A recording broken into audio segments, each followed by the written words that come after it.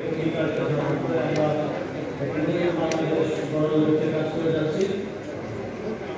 12 August আমরা একসাথে জাতীয় ও আন্তর্জাতিক যুব দিবস উদযাপন করছি। এই গণবর্জন দিনে দেশের প্রাণশক্তি ও সমাজকে জানায় শুভেচ্ছা ও অভিনন্দন। তাদের ভবিষ্যতের নেতৃত্বে এবং মহান আত্মত্যাগের প্রেরণায় আমরা মুক্তি পেয়েছি এক ভয়াবহ স্বৈরাচারের শাসন থেকে। এই সাহসী যুব সমাজের একজন হতে পারে আলোচনা। এবছর প্রথমবারের মতো আন্তর্জাতিক যুব দিবস এবং জাতীয় যুব দিবস একযোগে একই দিনে পালিত হচ্ছে। প্রযুক্তি নির্ভর যুবশক্তি বহুপাক্ষিক অংশীদারিত্ব অবনীতি তাদের আলোকে সাজানো হয়েছে এবারের আয়োজন। প্রতিবন্ধী একই সাথে আমাদের ভবিষ্যৎ যাত্রার দিক নির্দেশনা। সরকার দৃঢ়ভাবে বিশ্বাস করে গণতন্ত্রের পর সাম্য, নাগরিক মর্যাদা, ন্যায় বিচার, গণতন্ত্র ও সমৃদ্ধির নতুন বাংলাদেশ গড়ার যে সুযোগ আমাদের সামনে এসেছে সে স্বপ্ন বাস্তবায়নের পথে সবচেয়ে বড় অবদান রাখবে দেশের তরুণ প্রজন্ম।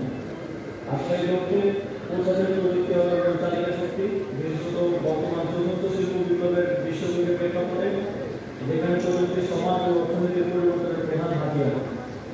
এই গতিপথের মাধ্যমে আমরা তরুণ সমাজকে বাধা দিতে চাই তাদের উদ্ভাবনী শক্তি ও বহুপাক্ষিক অংশীদারিত্ব দেশের টেকসই উন্নয়নে অপরিহার্য।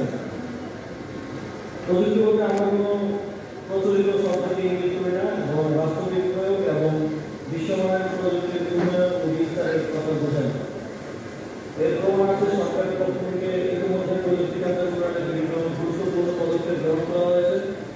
সেমিকন্ডাক্টর শিল্পের সম্ভাবনা যাচাই ও উন্নয়ন, ইন্টারনেটের খরচ কমানো, আধুনিক আইসিটি অবকাঠামো নির্মাণ, স্টার্টআপ ইকোসিস্টেম তৈরি সহ কৃত্রিম বুদ্ধিমত্তা ও অন্যান্য আধুনিক প্রযুক্তি খাতে বিশেষ মনোযোগ দিচ্ছে সরকার।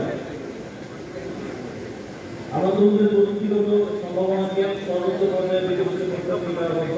আপনারা জানেন সম্প্রতি স্পোর্টসকে স্বীকৃতি দেওয়া হচ্ছে এবং দেশের স্পোর্টস খাতে বিকাশের প্রয়োজনীয় আইনি কাঠামো তৈরির কাজ দ্রুত এগিয়ে চলছে।